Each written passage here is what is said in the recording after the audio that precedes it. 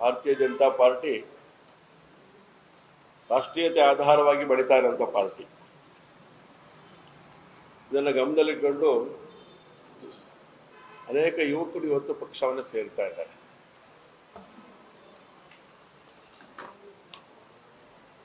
ಇದಕ್ಕೆ ಇನ್ನೊಂದು ಬಹಳ ಬಲವಾದಂಥ ಕಾರಣ ಅಂತ ಹೇಳಿದ್ರೆ ಕಾಂಗ್ರೆಸ್ಸಿನ ದುರಾಡಳಿತ ಅನೇಕರಿಗೆ ಬೇಸರ ತಂದಿದೆ. ಇವತ್ತು ಯಾವ ಹಂತಕ್ಕೆ ಅಂತ ಹೇಳಿದ್ರೆ, ಯಾರು ಈ ದೇಶದಲ್ಲಿ ದೇಶಭಕ್ತ ಸಂಘಟನೆಯನ್ನ ಮಾಡ್ತಾ ಇದ್ದಾರೆ, ವ್ಯಕ್ತಿಗಳ ವ್ಯಕ್ತಿತ್ವವನ್ನು ನಿರ್ಮಾಣ ಮಾಡ್ತಾ ಇದ್ದಾರೆ, ಅಂತ ಸಂಘಟನೆ ರಾಷ್ಟ್ರೀಯ ಸ್ವಯಂ ಸೇವಕ ಸಂಘ. ಅದನ್ನ ನಿಷೇಧ ಮಾಡಬೇಕು, ಅದರ ಚಟುವಟಿಕೆಯನ್ನು ಹತ್ತಿಕ್ಕಬೇಕು ಅಂತೇಳಿ ಯೋಚನೆ ಮಾಡ್ತಿರುವಂತ ಕಾಂಗ್ರೆಸ್ಸಿನ ನೀತಿ ಏನಿದೆ, ಅದರ ವಿರುದ್ಧವಾಗಿ ಜನಮಾನಸ ಇವತ್ತು ಎದ್ದು ಕೂತ್ಕೊಂಡಿದೆ. ಜನರ ಅಭಿಪ್ರಾಯದ ಜೊತೆಗೆ ನಂದೊಂದು ಅಭಿಪ್ರಾಯ ಅಂತ ಹೇಳಿದ್ರೆ, ರಾಷ್ಟ್ರೀಯ ಸ್ವಯಂ ಸೇವಕ ಸಂಘ ಅಲ್ಲ ಇವತ್ತು ನಿಷೇಧ ಮಾಡಬೇಕಾಗಿರೋದು. ಮಹಾತ್ಮ ಗಾಂಧೀಜಿಯವರು ಈ ಹಿಂದೆ ಹೇಳಿದ್ರು, ಕಾಂಗ್ರೆಸ್ ಅನ್ನ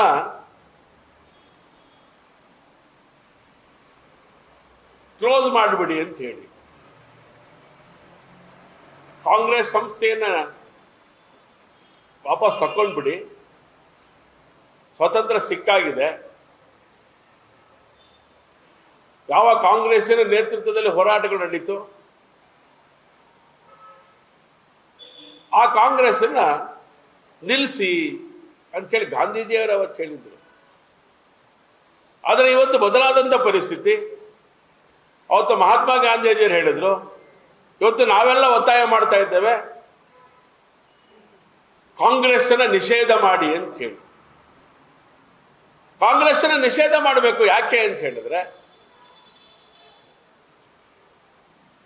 ಸಂವಿಧಾನ ಬಾಹಿರವಾಗಿ ನಡೀತಾ ಇರೋಂಥ ಅನೇಕ ಚಟುವಟಿಕೆಗಳಿಗೆ ಕುಮ್ಮಕ್ಕು ಕೊಟ್ಟಿರುವಂಥದ್ದು ಕಾಂಗ್ರೆಸ್.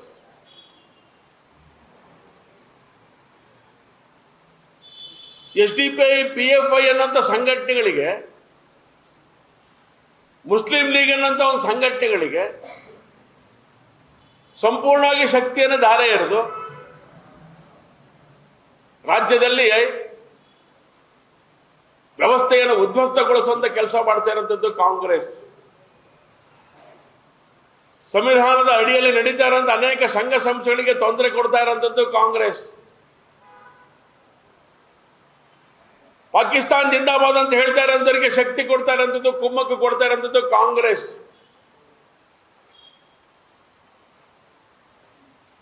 ಈ ಕಾಂಗ್ರೆಸ್ ಈ ರಾಜ್ಯಕ್ಕೆ, ಈ ದೇಶಕ್ಕೆ ಅವಶ್ಯಕತೆ ಇಲ್ಲ.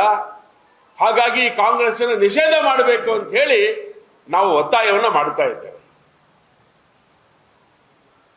ಈ ಎಲ್ಲ ಸಂಗತಿಗಳನ್ನು ಗಮನದಲ್ಲಿ ಇಟ್ಕೊಂಡು ಈ ದೇಶದೊಳಗಡೆ, ಈ ರಾಜ್ಯದೊಳಗಡೆ, ಅದರೊಳಗೆ ವಿಶೇಷವಾಗಿ ಶಿವಮೊಗ್ಗ ನಗರದಲ್ಲಿ ಯುವಕರು ಭಾರತೀಯ ಜನತಾ ಪಾರ್ಟಿ ಜೊತೆಗೆ ಬರ್ತಾ ಇದ್ದಾರೆ. ಯಾಕಂದ್ರೆ ಒಡೆದು ಆಳುವ ನೀತಿಯನ್ನ ಬ್ರಿಟಿಷರು ಏನು ಮಾಡ್ತಾ ಇದ್ರು, ಈಗ ಕಾಂಗ್ರೆಸ್ ಅದನ್ನು ಮಾಡ್ತಾ ಇದೆ. ಒಂದು ಸರ್ಕಾರವಾಗಿ, ರಾಜ್ಯ ಸರ್ಕಾರವಾಗಿ ಮಾಡ್ತಾ ಇದೆ. ಜಾತಿಯನ್ನ ಒಡೆದು ಈ ರಾಜ್ಯವನ್ನ ಆಡಳಿತ ಮಾಡಲಿಕ್ಕೆ ಹೊರಟಿದೆ. ಇದೆಲ್ಲವನ್ನು ಮನಗೊಂಡಂತ ಯುವ ಪೀಳಿಗೆ ರಾಷ್ಟ್ರಕ್ಕೆ ಸಮರ್ಪಿತವಾದಂಥ ಕಾರ್ಯವನ್ನು ಮಾಡಬೇಕು ಅಂತೇಳಿ ನಮ್ಮ ಜೊತೆಗೆ ಬರಲಿಕ್ಕೆ ಪ್ರಾರಂಭ ಮಾಡಿದ್ದಾರೆ. ಈ ಹಿಂದೂ ಅನೇಕರು ಬಂದು ಪಾರ್ಟಿಯನ್ನು ಸೇರಿದ್ರು. ಈಗ ಇನ್ನೊಂದು ದೊಡ್ಡ ಯುವಕರ ತಂಡ ಇವತ್ತು ಭಾರತೀಯ ಜನತಾ ಪಾರ್ಟಿಯನ್ನು ಸೇರ್ತಾ ಇದೆ. ವಿಶೇಷವಾಗಿ ನವಲೆ ಭಾಗದ LBS ನಗರ, ಅಶೋಕ್ ನಗರ, ಈ ಕಡೆ ಭಾಗದ ಯುವಕರು, ಚಿಕ್ಕಲ್ಲು, ಬೊಮ್ಮನಕಟ್ಟೆ, ಈ ಕಡೆ ಭಾಗದ ಯುವಕರು ಭಾರತೀಯ ಜನತಾ ಪಾರ್ಟಿಯನ್ನು ಸೇರ್ತಾ ಇದ್ದಾರೆ. ಹಾಗಾಗಿ ಸೇರುವಂಥ ಎಲ್ಲರಿಗೂ ಕೂಡ ಯುವಕರಿಗೆ ನಾನು ಹಾರ್ದಿಕವಾದಂಥ ಅಭಿನಂದನೆಗಳನ್ನ, ಸ್ವಾಗತವನ್ನ ಭಾರತೀಯ ಜನತಾ ಪಾರ್ಟಿಗೆ ನಾನು ಮಾಡ್ತಾ ಇದ್ದೇನೆ. ಹಾಗಾಗಿ ಮುಂದಿನ ದಿನಗಳಲ್ಲಿ ನಾವೆಲ್ಲರೂ ಕೂಡ ಈ ದೇಶವನ್ನು ಕಟ್ಟುವಂಥ ಕಾರ್ಯದೊಳಗಡೆ ನಾವೆಲ್ಲರೂ ಕೂಡ ತೊಡಗೋರಿದ್ದೀವಿ. ಕಾರ್ಯವನ್ನು ಮಾಡ್ತಾ ಮಾಡ್ತಾ ನಾವೆಲ್ಲರೂ ಕೂಡ ವ್ಯಕ್ತಿಗಳಾಗಿ ರೂಪುಗೊಂಡು ಈ ಸಮಾಜದ ಚಟುವಟಿಕೆಗೆ ಸಕ್ರಿಯರಾಗಿ ಪಾಲ್ಗೊಳ್ಳೋಣ ಅಂತ ಮಾತನ್ನು ಹೇಳ್ತಾ, ವಿಶೇಷವಾಗಿ ದೀಪಾವಳಿ ಸಂದರ್ಭ ಇದು. ದೀಪಾವಳಿ ಒಂದು ಶುಭ ಸಂದರ್ಭದೊಳಗಡೆ ನಾವೆಲ್ಲರೂ ಕೂಡ ಒಂದು ಒಳ್ಳೆಯ ತೀರ್ಮಾನವನ್ನು ತಗೊಂಡಿರುವಂಥ ಯುವಕರಿಗೆ ನಾನು ಮತ್ತೊಮ್ಮೆ ಅಭಿನಂದನೆಗಳನ್ನು ಹಾರ್ದಿಕವಾದ ಕೃತಜ್ಞತೆಗಳು ಸಲ್ಲಿಸಿ ನಮ್ಮ ವಿಶೇಷವಾದಂಥ ರೀತಿಯೊಳಗಡೆ ಕೆಲಸ ಮಾಡ್ತಾ ಇರುವಂತಹ ಅನೇಕ ಯುವಕರು ಈ ತೀರ್ಮಾನ ತಗೊಂಡಿರೋದು ತುಂಬ ಸಂತೋಷ ಅಂತ ಮತ್ತೊಮ್ಮೆ ಹೇಳ್ತಾ ಕಾಂಗ್ರೆಸ್ಸಿನ ನಿಷೇಧ ಮಾಡಬೇಕು ಅಂತೇಳಿ ಆಗ್ರಹವನ್ನು ನಾನು ಮಾಡ್ತೇನೆ. ಬಹಳ ನೆನಪು ಮಾಡಿದ್ದು ಒಳ್ಳೆಯದಾಯಿತು. ಚಾಮರಾಜನಗರದೊಳಗಡೆ ಒಬ್ಬ ನೀರುಗಂಟಿ ಜನತೆಗೆ ನೀರು ಕುಡಿಸುವಂತಹ ಒಬ್ಬ ವ್ಯಕ್ತಿಯನ್ನ ರಾಜ್ಯ ಸರ್ಕಾರ ಮತ್ತೊಮ್ಮೆ ಸಾಬೀತು ಮಾಡಿದೆ. ಇದು ಕಾಂಗ್ರೆಸ್ಸಿನ ಕೊಲೆಗಡಕ ಸರ್ಕಾರ ಅಂತೇಳಿ. ನೀರುಗಂಟಿ ಸಂಬಳ ಕೊಡ್ಲಿಕ್ಕೆ ಇವ್ರ ಹತ್ರ ಹಣ ಇಲ್ಲ. ಮೊನ್ನೆ ಒಬ್ಬಳು ಹೆಣ್ಮಗಳು ಸೂಸೈಡ್ ಮಾಡ್ಕೊಳ್ಳೋಂಥ ಪ್ರಯತ್ನವನ್ನು ಮಾಡಿ ಸತ್ತೋಗಿದ್ದಾಳೆ. 3 ತಿಂಗಳು ಸಂಬಳ ಲೇಟಾಗಿ ಕೊಟ್ಟರು ಅವಳಿಗೆ. ನೀರುಗಂಟಿ ಕೊಡಕ್ಕೆ ಹಣ ಇಲ್ಲ, ಹೆಣ್ಮಗಳು ಕೆಲಸ ಮಾಡಿದ್ರಿಂದ ಹೆಣ್ಮಗಳಿಗೆ ಕೊಡಕ್ಕೆ ಹಣ ಇಲ್ಲ. ತಿಂಗಳಿಗೆ ಸರಿಯಾಗಿ 30ನೇ ತಾರೀಕು ಬಿಲ್ ಮಾಡಬೇಕಾದ್ರೆ ಸಂಬಳ ಕೊಡಬೇಕಾದಂಥ ಸಂದರ್ಭಗಳಲ್ಲೇ 15 ದಿನ ಲೇಟಾಗಿ ಸಂಬಳವನ್ನು ಕೊಡುವಂಥ ಸ್ಥಿತಿ ನಿರ್ಮಾಣ ಮಾಡಿಕೊಂಡಿದ್ದಾರೆ. ಸಾಮಾನ್ಯ ಜನರಿಗೆ ಸಂಬಳ ಕೊಡೋಕ್ಕಾಗದೇ ಇರೋಂಥ ಸರ್ಕಾರ ಯಾಕೆ ಬದುಕಿರಬೇಕು ಅಂತೇಳಿ ನಮಗೆಲ್ಲ ಅನ್ಸಕ್ಕೆ ಶುರು ಆಗಿರೋದು. ಇದೊಂದು ಕೊಲೆಗಡಕ ಸರ್ಕಾರ ಅಂತ ಅವತ್ತಿಂದನೂ ಹೇಳ್ತಾ ಇದ್ದೇನೆ. ನಾನು ವಿಧಾನಸಭೆಯಲ್ಲಿ ಇದನ್ನು ಪ್ರಸ್ತಾಪ ಮಾಡಿದ್ದೆ. ಇದೊಂದು ಕೊಲೆಗಡಕ ಸರ್ಕಾರ. ಸರ್ಕಾರ ಸುಪಾರಿ ಕೊಟ್ಟು ಅನೇಕ ಸಂಘಟನೆಗಳನ್ನು ಮಾಡ್ತಾ ಇದ್ದೇನೆ ಅಂತ ಹೇಳಿ ಅನಿಸಿದೆ ಅಂತ ಹೇಳಿ ಚಂದ್ರಶೇಖರ್ ಕೊಲೆ ಆದಾಗ ಇದನ್ನು ಪ್ರಸ್ತಾಪ ಮಾಡಿದ್ದೆ ನಾನು. ಮತ್ತೊಮ್ಮೆ ಇದು ಸಾಬೀತಾಗಿದೆ.